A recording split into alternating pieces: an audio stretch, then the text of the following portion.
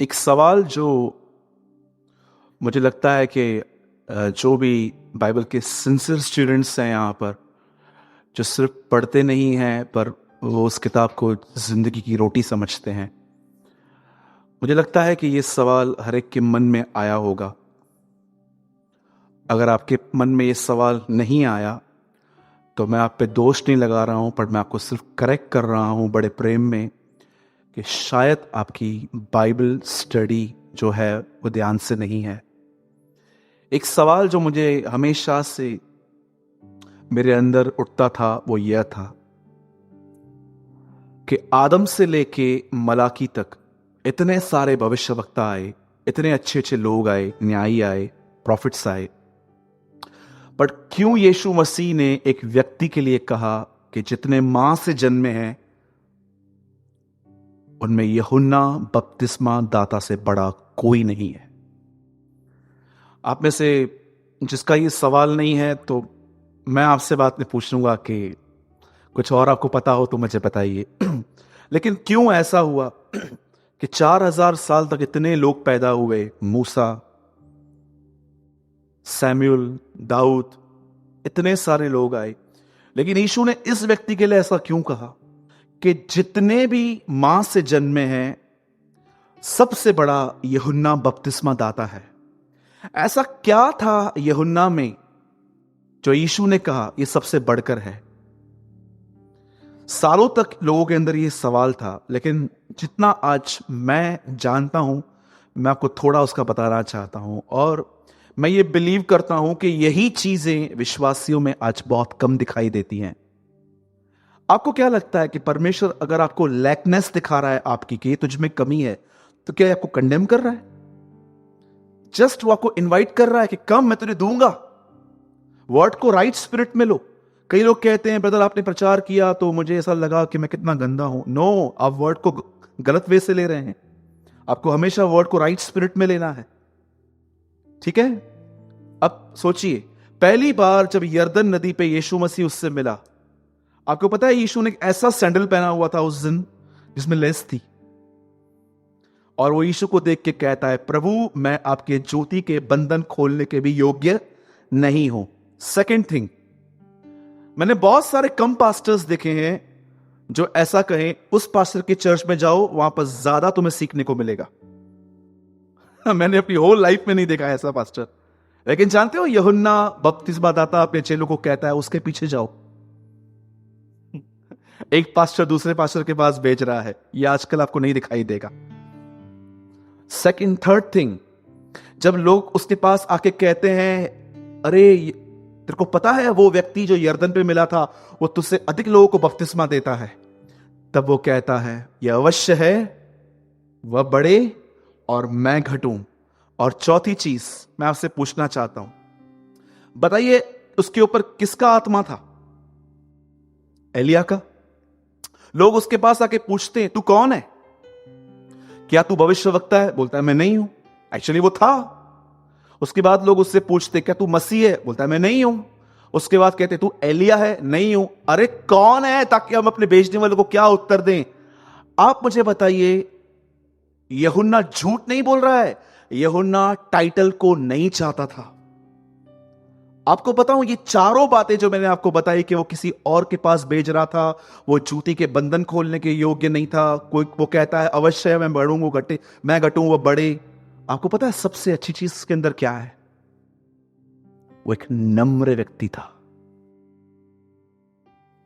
बोलो नम्र। क्या है डेफिनेशन नम्र आपकी लाइफ में?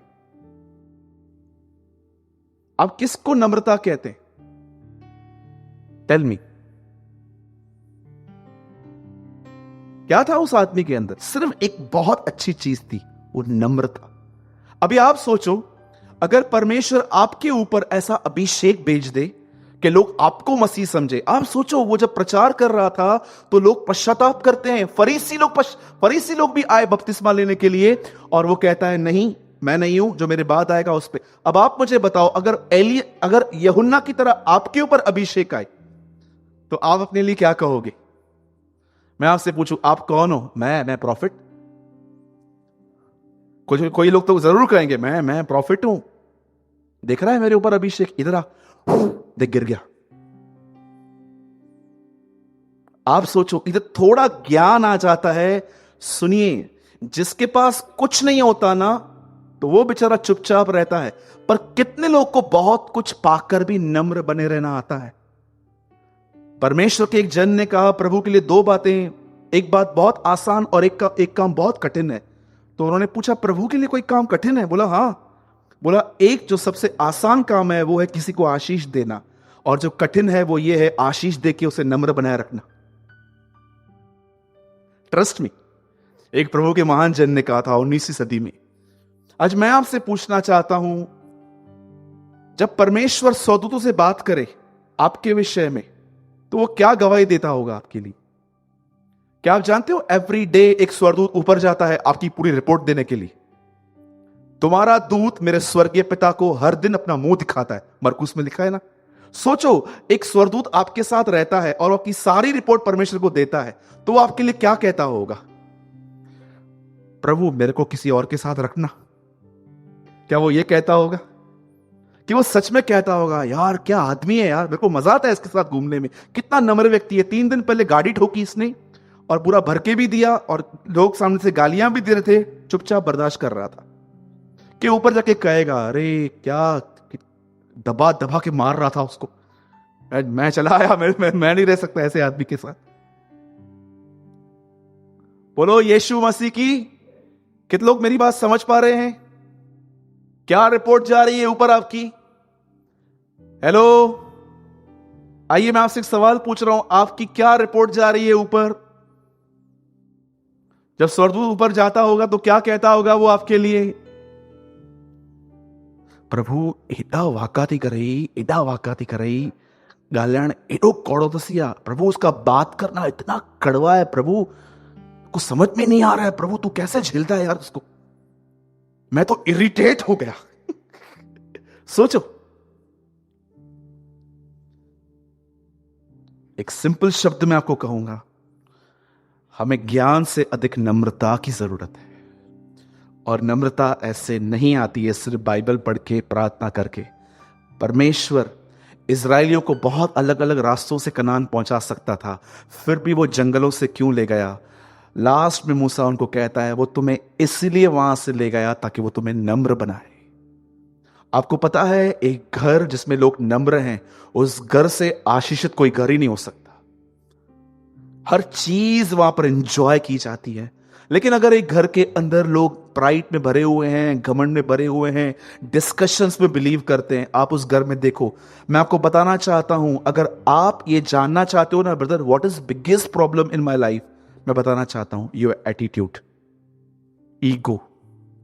So let go. ठीक है? कितने लोग ये प्रेयर करते हैं, प्रभु मुझे नम्र बना? 1 2 3 4 5। चलो अब एक और सवाल, कितने लोग हैं जब प्रभु नम्र बनाता है तो बनाने भी देते हैं? नहीं भाई। आइए बोलो यीशु मसीह की। हाँ, बहुत लोग बोलते हैं प्रभु मुझे नम्र बना, और ये प्रार्थनाएं बहुत जल्दी सुनी जाती है। ट्रस्ट मी, आप यहां पर प्रेयर करो प्रभु मुझे नम्र बना, यहां से जाते जाते आपको कोई कीचड़ उड़ा देगा और आप अंदर से बोलोगे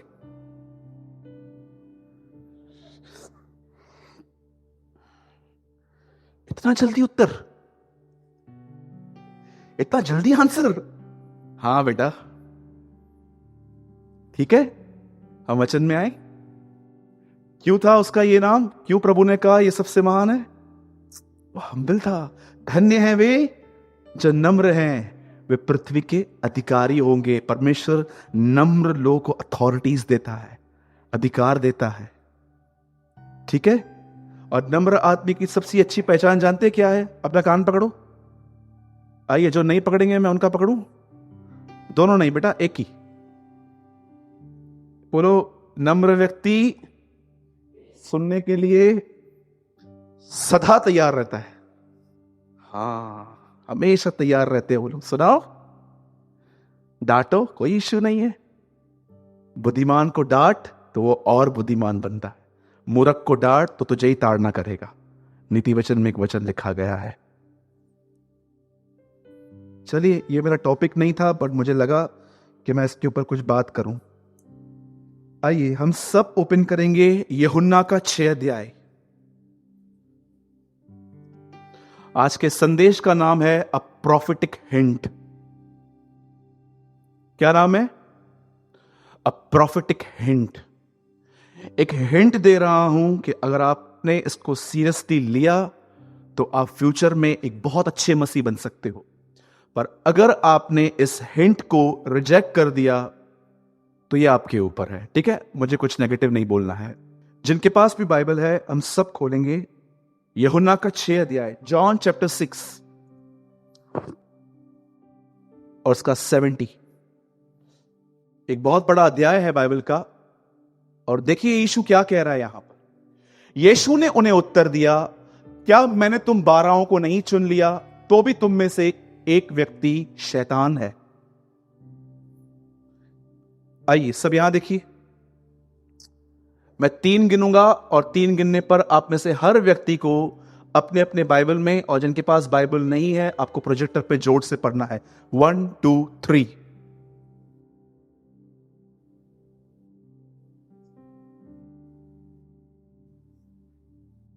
ओके, इंग्लिश में आए, इजी टू रीड वर्जन लगाना पर बहुत जरूरी है। Then Jesus answered, I choose all 12 of you, but one of you is a devil. अब सुनिए, बाइबल ऐसा बताती है एक समय था जब यीशु को परमेश्वर पिता ने कहा तुझे चेलों को चुनना है, और चेलों को चुनने के लिए बाइबल ऐसा बताती है उससे पहले उसे सारी रात प्रार्थना की थी। आपको पता है पूरी बाइबल के अंदर एक ही बार ऐसा मेंशन किया गया है कि उसने सारी रात प्रार्थना की थी और नेक्स्ट डे उसने अपने चेलों को चुना था। और अब अजीब बात देखोगे कि हर चेले का सिर्फ एक नाम है वहां पर, पतरस, शिमोन, जो भी थे वहां पर, फिलिपुस, आंद्रियास। पर आप में से कितने लोगों ने इस बात पे ध्यान दिया है यहूदा के साथ कुछ ऐड है वहां पर? मुझे नहीं पता आप में से कितने लोगों ने इसको ध्यान से पढ़ा है। सुनिए, बाइबल बताती है यीशु पहाड़ पे गया, उसने प्रार्थना में सारी रात बिताई, पर वो जैसे नीचे उतरा उससे अपने 12 चेलों का चुनाव किया। और ये सब हो जाने के बाद जब सुसमाचार लिखा गया तो हर एक का नाम आया, मत्ती, ये वो जो भी थे, अंद्रियास, फिलिपुस, बरतुल्मै। पर आपको पता है जब नाम यहूदा स्क्रोती का आया तो वहां पर लिखा गया है जो उसका पकड़वाने वाला बना। अगर आज आपके घर में बच्चा जन्म ले और आप मुझे कहो ब्रदर इसका नाम रखो, और मैं उसका नाम यहूदा रखूं, सिर्फ यहूदा, तो शायद आप में से किसी को भी इसका बुरा नहीं लगेगा। पर अगर मैं आपके बच्चे का नाम यहूदा स्क्रोती रखूं तो रखने दोगे? क्यों नहीं रखने दोगे? क्यों आपको वो नाम पसंद नहीं है? क्यों आपको गोलियत नाम पसंद नहीं है? कई बार जब हम बाइबल पढ़ते हैं ना, हम सिर्फ पढ़ लेते हैं पर उनके जो पीछे के काम थे हम उनको ध्यान नहीं देते। अगर मैं आपके बच्चे का नाम रखूं झूठ यहूदा, तो आप बोलेंगे ठीक है ब्रदर कोई बात नहीं, आपको जो प्रभु ने कहा।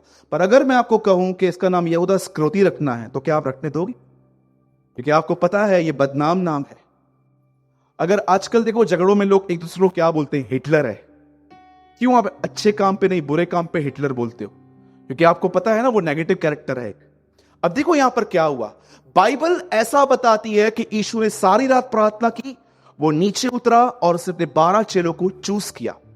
अब मैं आपसे एक सिंपल क्वेश्चन पूछ रहा हूं, मैसेज आज बहुत छोटा है और मैं आपको एक और वर्ड यहां पर कोट करवाऊंगा जो बड़ा ही कठिन है समझना। आप जानते हो यहूदा स्क्रोती वो व्यक्ति था जिसने अपनी आंखों से देखा था कि कैसे यीशु पानी पे चलता था। उसने अपनी आंखों से देखा था कि कैसे उसने तूफानों को शांत किया था। उसने अपनी आंखों से देखा था कि वो दुष्ट आत्माओं को कैसे निकालता है। और आपको पता है उसने अपनी आंखों से एक और चीज देखी थी जो बहुत सारे लोग नहीं जानते। उसने देखा था कि यीशु कैसे पापियों के साथ बैठकर उन्हें काउंसिल करता है। आप बहुत जगहों पे सुसमाचार में पढ़ोगे कि यीशु का एक नाम था जो नाम था पापियों का मित्र। क्यों उसे ऐसा कहा गया पापियों का मित्र? देखिए, कुछ बातें ऐसी हैं जो लिखी नहीं है, पर परमेश्वर प्रकाशन के थ्रू आपको समझाता है, क्योंकि लिखा है एक एक बात लिखी जाती तो वो किताब पूरे संसार में नहीं समाती। आपको पता है कौन सी चीज वहां पर लिखी गई है, वो उसको क्यों कहा गया कि वो पापियों का मित्र है? क्योंकि मैं ये बिलीव करता हूं कि यीशु हमेशा अपने प्रचार के बाद उनके साथ अपनी लंच शेयर करता था, उनका खाना खाता था, उन्हें बैठता था। और सुनिए, एक दिन क्या हुआ, बाइबल ऐसा बताती है, एक समय था जब यहूदा इस्करियोती और यीशु एक जगह पर थे और बाकी चेले भी वहां पर थे। और हुआ क्या, वहां पर एक लेडी आई, उसने अपना इत्र का बोतल लिया और यीशु के पैरों पे तोड़ दिया। अब यह देखकर यहूदा को बड़ा गुस्सा आया और उसने, जानते हैं क्या किया? उसने सीधा एक वाक्य कहा। उसने कहा, इसको क्यों बर्बाद किया? इसको बेच के हम गरीबों को दे सकते थे। बाजू में लिखा गया है वहां पर, उसने ये बात इसलिए नहीं की क्योंकि उसे गरीबों से मोहब्बत थी, पर वो चोर था और थैली में से पैसे निकाल के जाता था। अब मैं आपसे पूछना चाहता हूं, यीशु मसीह के साथ एक ऐसा आदमी रहता था जिसके अंदर पैसों का प्रेम था। आपको पता है कितने सारे लोगों की जिंदगियां पैसों के प्रेम से आज बर्बाद सी हो गई हैं? कितने लोग ये बात जानते हैं? कभी कभी आपको पता है शैतान ने 2019 में बिलीवर्स के अंदर एक नया झूठ भरा है, और वो झूठ जानते हैं क्या है? बहुत पैसा होगा तो बहुत कंफर्ट होगा। Do you know? एक आदमी ने कहा, तुम प्रोटेस्टेंट हो, कोई तुम रोमन कैथलिक हो, और कोई यहां पर पेंटिकॉस्टल है, कोई मेथोडिस्ट है, तुम सब अलग अलग डिनोमिनेशन से हो, लेकिन एक चीज में तुम सब सेम दिखते हो, वो है पैसों के प्रेम में। आज कई लोगों के अंदर है ना, मैं आपको बताना चाहता हूं, उन्होंने काट की मूर्तियां छोड़ दी हैं, पर उनके अंदर पैसों का प्रेम बहुत है। और आप देखो, आहिस्ते आहिस्ते पैसों के प्रेम ने उनकी स्पिरिचुअल लाइफ को खत्म कर दिया है। आप जानते हो, मैं आपको बाइबल का एक ऑसम वर्ड दिखाता हूं। सब यहां पर देखिए, पौलुस कहता है, रुपए और पैसे का लोभ सब प्रकार की बुराई की जड़ है, जिसको पाकर अपने लोगों ने विश्वास रूपी जहाज खो दिया। और आपको पता है उसके बाद क्या लिखा है? लिखा है, हे परमेश्वर के जन, इन बातों से भाग और भक्ति का पीछा कर। आपको पता है पौलुस उसको समझा रहा है, पैसों में प्रॉस्पेरिटी नहीं है, रियल प्रॉस्पेरिटी है परमेश्वर की आत्मा की। सुन, आप देखो, यहूदा इस्करियोती के सामने बॉटल तोड़ दी गई। मैं आपसे पूछना चाहता हूं, सुनिए, उसके सामने बॉटल तोड़ दी गई और उसे गुस्सा आया। जानते हो क्यों? क्योंकि वो क्या कह रहा था? इसको बेच के गरीबों में दिया जाता था, लेकिन बाइबल बताती है वो चोर था।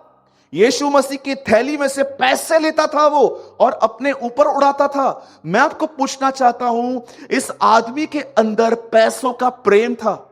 आपको कैसे पता चलेगा कि आपके अंदर पैसों का प्रेम है कि नहीं है?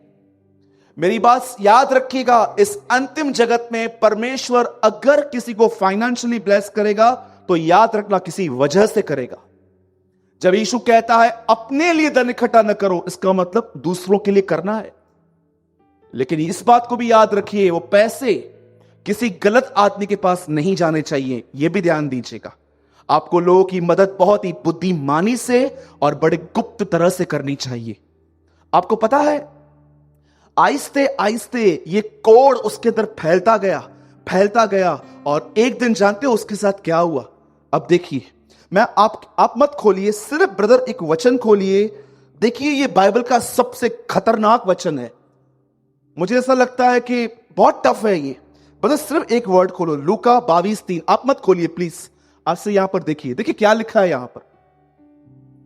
और शैतान यहूदा में समाया, जो स्क्रोती कहलाता, और 12 चेलों में गिना गया। अब देखिए एक दिन क्या हुआ, इस आदमी के अंदर पैसों का प्रेम है। ये आदमी पैसों के प्रेम में चलता जा रहा है। आपको मैं सबसे दुखद बात बताऊं, पैसों को प्रेम से बाहर निकालने वाला साथ है, लेकिन ये उसको नहीं जानता है। एक दिन जानते हैं क्या हुआ? यीशु मसीह को पता था कि अब वो उठाए जाने पर है।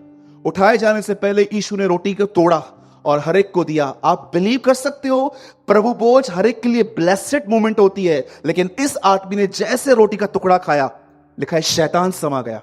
अब मैं आपसे बात पूछना चाहता हूं, क्यों शैतान यहूदा में समा गया? उसके बाद आप देखो वो सीधा एक अलग ही कंट्रोल में हो गया, एक अलग ही कंट्रोल में। कभी कभी आपने इस बात को देखा है कि आप कितने नॉर्मल होते हो कभी कभी, और सडनली आपको कोई कंट्रोल करना स्टार्ट करता है। आप इतने नेगेटिव हो जाते हो, आपको इतना गुस्सा आ जाता है, कभी कभी आपको लगता है कि मैं सबको तहस नहस कर दूं, या आप कभी कभी ऐसे ख्याल आते हैं कि ब्लेड लूं और मारना स्टार्ट करूं अपने आप को, या खत्म कर दूं। आपको पता है कभी कभी कोई क्यों आपको कंट्रोल करता है? सिर्फ फुट डाला क्या था डेविल ने, ये देखिए, सिर्फ फुट डाला था उसने, फिर पूरा कैसे आ गया?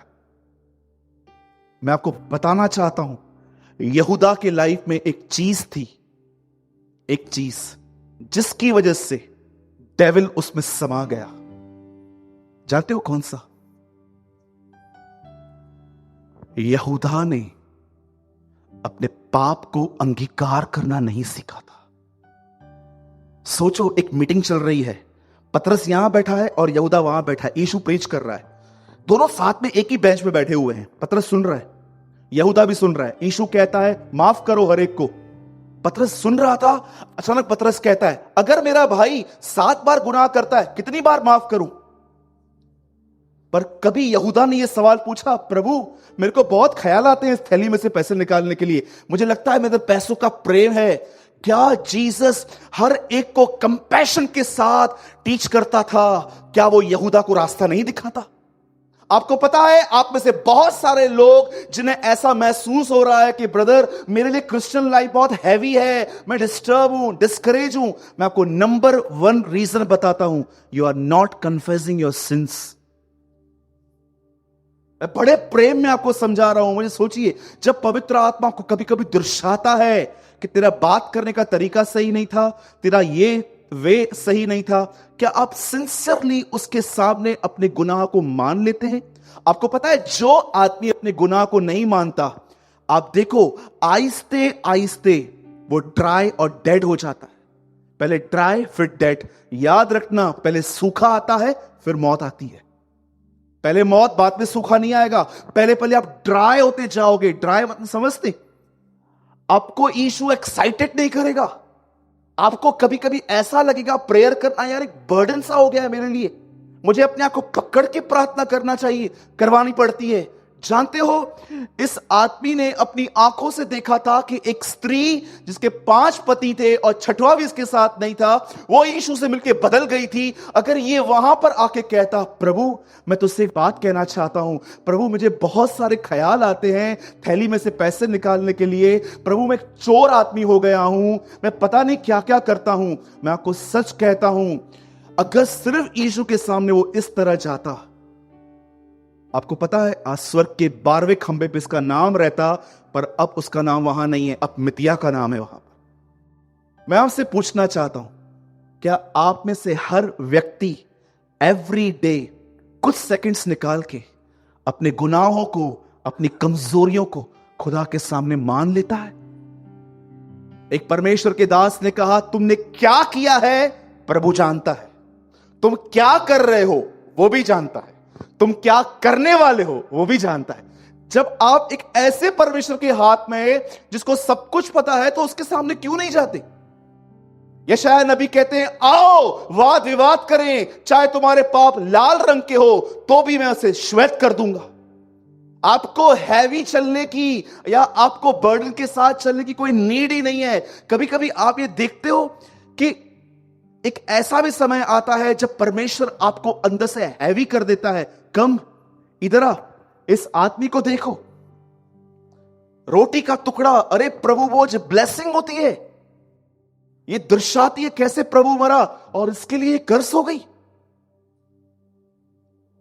सोचो, यहोशू की किताब में लिखा गया है, एक जगह पे इजरायली लड़ने के लिए गए, और जानते हो थोड़े से लोगों के बाद, थोड़े से लोगों से लड़के वो हार गए थे, और सीधा यहोशू मिलाप वाले तंबू के सामने गिरकर कहता है, मैं निश्चय जानता हूं तू हमारे बीच में नहीं था, मैं जानता हूं तू नहीं था, इसलिए हम हार गए हैं। और प्रभु उसको बोलता है, रो क्यों रहा है, उठ, मैं तुझे बताता हूं क्या बात है। और यहोशू खड़ा हो जाता है, बोलता है, सुन, मंडली में गुनाह हुआ है, बोलता है क्या गुनाह हुआ है? बोलता है जो तुमने आखिरी शहर में लड़ाई लड़ी, वहां से जो तुम अर्पण की हुई वस्तु लेकर आए थे, एक आदमी है उसने वो चीजें लेके चुराई हैं। आप जानते हो इज़राइल क्यों हार गया? क्योंकि गुनाह दबाव हुआ पड़ा था, दबाव हुआ। मेरे भाइयों और बहनों, एक प्रेयर में आपको बताता हूं, बताओ उस प्रेयर में क्या मिसिंग है। हे प्रभु, मैं सप्ताह में 2 बार उपवास करता हूं, आमदनी का 10वां अंश देता हूं, मैं इस आदमी की तरह चोर और व्यभिचारी नहीं हूं। मुझे बताओ, इतना बोल के वो चुप हो गया। क्या आपको लगता है कि इसको एक और चीज बोलनी चाहिए थी? वो कौन सी चीज थी? सुनिए, हे प्रभु, मैं आपको धन्यवाद देता हूं, मैं चोर और व्यभिचारी नहीं हूं इसकी तरह, मैं आमदनी का 10वां देता हूं, सप्ताह में 2 बार उपवास करता हूं, मैं नियमित प्रार्थना करता हूं। अब बताइए क्या मिसिंग लग रहा है आपको? कौन सी चीज थी इसको जो और बोलनी चाहिए थी? प्रभु, मैं 2 बार उपवास करता हूं, मैं प्रार्थना भी करता हूं, पर मुझ में आत्मिक घमंड भी है, मैं कंपैरिजन भी करता हूं। ये इसने बोला ही नहीं। जानते हो उसने क्या बोला? मैं ये करता हूं, मैं वो करता हूं, मैं वो करता हूं, मैं ये करता हूं। आज बहुत सारे लोग की प्रार्थना जानते हैं क्या है? ऐसी ही है। सारी अच्छी खूबियां उनको पता है, लेकिन वो किस तरफ से लैक हैं, दे डोंट नो। मेरे भाइयों और बहनों, मैं आपको बताना चाहता हूं एक स्टोरी, बहुत ऑसम स्टोरी है ये। मेरे ख्याल से आप में से बहुतों ने ये पढ़ी भी है, पर मुझे ऐसा लग रहा था कि मैं एक बेसिक मैसेज आज प्रीच करूं कन्फेशन के ऊपर। सुनिए, 2 बच्चे थे, वो एक गार्डन में खेल रहे थे। एक छोटे बच्चे ने, भाई बहन थे, भाई ने जानते क्या किया? हाथ में पत्थर लिया और वहां पर एक खरगोश खेल रहा था, उसको सीधा मार दिया और वो पत्थर खरगोश की आंख पे लग गया। 2 मिनट के बाद उसने क्या देखा कि खरगोश का चलना थोड़ा स्लो हो गया और अचानक वो मर गया। अब ये सब उसने आंखों से देखा कि मेरी वजह से ये मरा है, और अपनी बहन को जाके बोलता है, सुन, खरगोश मर गया है, तू मां के सामने मुंह मत खोलना। और जानते हैं बहन ने क्या कहा? बहन ने कहा, बिल्कुल नहीं खोलूंगी, लेकिन एक शर्त है। बोला, क्या शर्त है? तुझे मेरा होमवर्क करना पड़ेगा। कई महीनों तक उसने उसको होमवर्क करवाया। जब भी वो कहता मेरे को कहां जाना है, उसकी बहन एक ही बात बोलती, जाऊं। बचपन में कभी आपने भी किया है क्या? ऐसा किया होगा कभी ना कभी, है ना? भाइयों को ब्लैकमेल, हम बेचारे निकले ही ब्लैकमेल करने के लिए, ठीक है? हमारे पास बहुत अत्याचार हुआ है। लिसन, आप जानते हो बहन हमेशा ऐसा ही बोलती थी, जाऊं क्या? और हमेशा ये चीज उसको बंधनों में रखती थी। एक दिन बहन आई, सीधा उसे बैग उतार के फेंका और कहा, आज बहुत होमवर्क है, अच्छे से करना। और ये आदमी अपने हाथ में पॉपकॉर्न लेके खा रहा था और बहन बोला, होमवर्क कर। नहीं करूंगा, जा रही हूं मां के पास, अब भी जा। अरे तुझे डर नहीं लग रहा? क्यों डरने? नहीं, मैं क्यों डरूंगा? क्यों? मैंने मां को सब बता दिया। और जानते हो जब वो लड़का अपनी मां के पास गया था, उसकी मां ने उसको क्या कहा? बेटा, जब तूने खरगोश को मारा, मैं किचन में खड़ी थी, आंखों से मैंने सब देखा था, वेट कर रही थी तू कब आएगा। आप जानते हो, जब आप अपने गुनाह को मान लेते हो, शैतान को आपके अंदर रहने की कोई जगह नहीं मिलती है। आपके अंदर परमेश्वर निवास रहता है। जैसा वह ज्योति में है, वैसे हम भी ज्योति में रहें। इसका मतलब जैसे वो लाइट में है, और जब वो लाइट तुम्हें दे कि तुम अंधकार में हो, जब तुम उस इज्जत करोगे उस ज्योति की, तब उसका लहू तुम्हारे सारे अपराधों को धोकर शुद्ध और साफ करता है। Always walk in the light, always. आपको पता है कौन से वो जो लोग हैं जो पहले प्रभावित होते हैं फिर पजेस हो जाते हैं? एक होते हैं शैतान के प्रभाव में, जिनको सारा दिन मेंटल हैरेसमेंट किया जाता है, ये होगा, वो होगा, वो होगा, ये होगा, और एक दिन वो पजेस हो जाते हैं, मतलब शैतान उनका कब्जा ले लेता है। आपने कई बार लोगों को देखा होगा, मीटिंग के बाद वो तड़पते हैं, परेशान होते हैं, पूरी उनकी बॉडी श्रिंक होती है। क्यों? क्योंकि वो पजेस हो गए हैं। इसीलिए बाइबल बताती है, अपने अपने गुनाहों को मान लो। मैं एक ऑसम वर्ड आपको बताता हूं और उसके बाद हम लोग मैसेज को पूरा करेंगे। ब्रदर प्लीज एक वर्ड खोलो, नीति वचन 28:13। सब खोलिए मत, सिर्फ पढ़िए। देखिए यहां पर क्या लिखा है।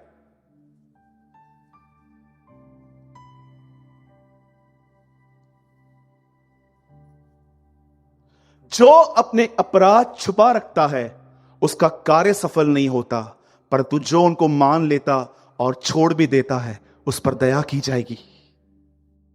जो अपने अपराध को मान लेता है, चलो ठीक है, मैं जानता हूं ये हम नहीं कर सकते, ये परमेश्वर ही करता है, लेकिन कम से कम हम उसको मान तो सकते हैं कि हां खुदा मुझ में है गड़बड़। कितने लोग हैं यहां पर जो प्रेयर करते हैं, प्रभु मेरी आंखें शुद्ध नहीं है, मेरे पास शिमशोन की आंखें हैं।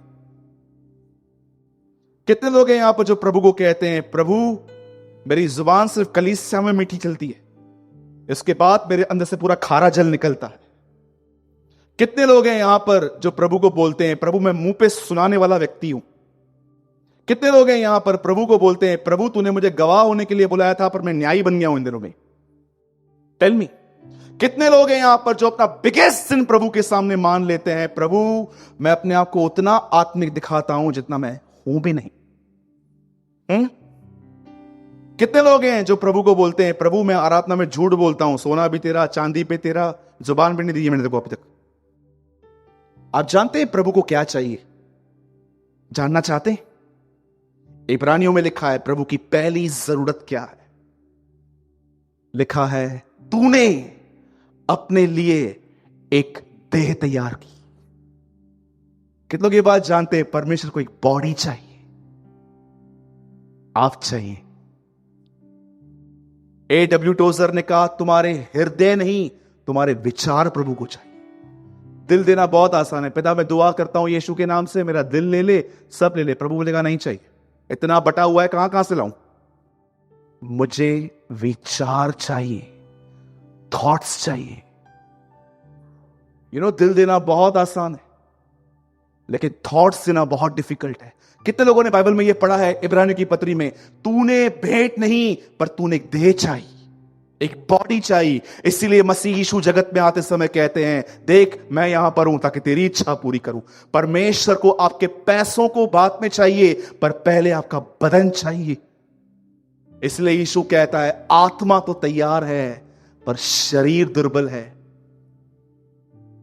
मैं आपको सच कहता हूं मेरे भाइयों और बहनों, अगर आप ये चाहते हो कि कभी डेविल आपके अंदर फुट अंदर न रखे, वो हमेशा आपसे दूर रहे, तो मैं आपको बताना चाहता हूं परमेश्वर की ज्योति की इज्जत करो। Respect the light of God. और मैं आपको बताना चाहता हूं, सुनिए, मैं चाहता हूं सब बाइबल बंद करो 1 मिनट के लिए। मैं चाहता हूं आप कॉन्सेंट्रेट कर पाओ।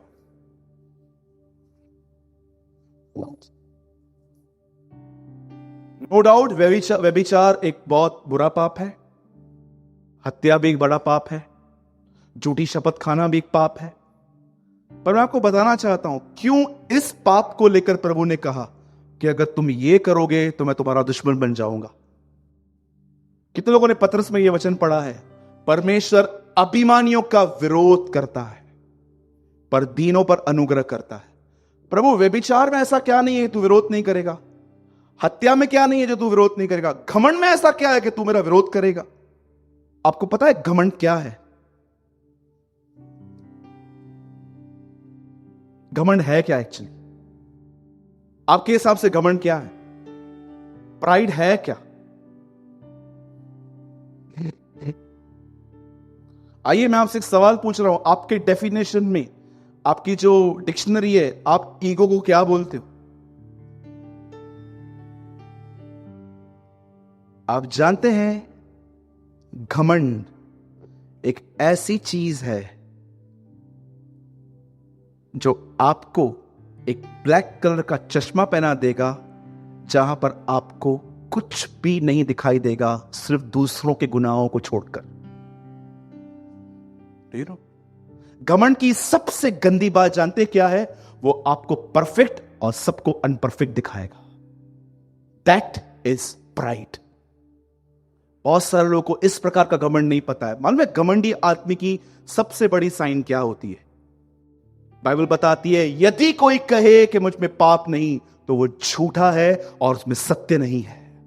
घमंड की सबसे गंदी बात जानते हैं यही है, वो आपको परफेक्ट और हर एक को असिद्ध, अनपरफेक्ट, नीच, नीच मतलब नीचा, एकदम मतलब ये लोअर है, इसको कुछ भी नहीं पता है, बाइबल मुझे पता है, प्रेयर मुझे पता है, सब कुछ मुझे पता है, इसको तो कुछ भी नहीं आता है। एक एक घमंड की सबसे, और मैं आपको सच कहता हूं, लिसन, घमंड कभी आपको नहीं बोलेगा कि मैं तुझ में प्रेजेंट हूं।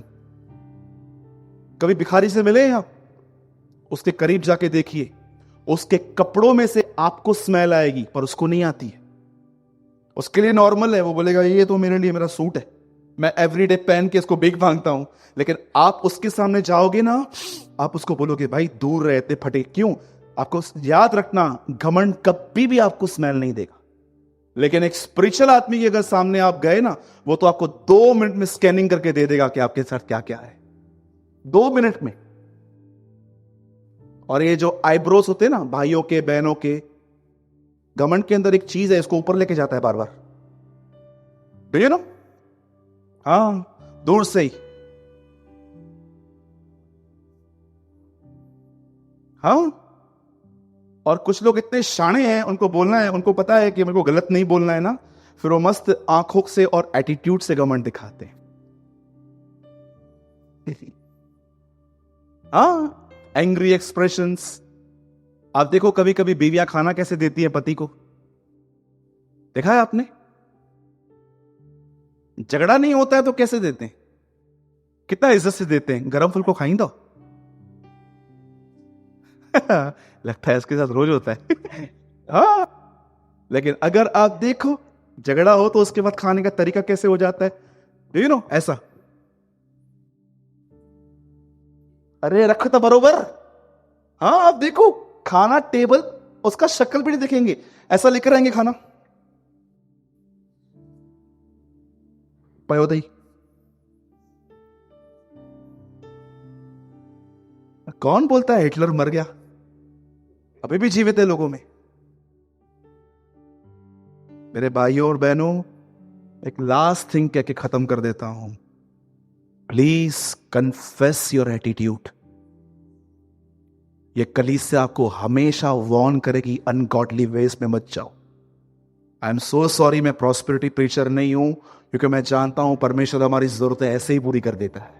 आपको कपड़ा चाहिए, शेल्टर चाहिए, पीने के लिए चाहिए, खाने के लिए चाहिए। अरे यीशु ने कहा परमेश्वर अधर्मी किसानों को देता है, अपने धर्मी बच्चों को नहीं देगा? उनको तो वो ऐसे ही दे देता है, आपको नहीं देगा? रियल चीजों को समझो।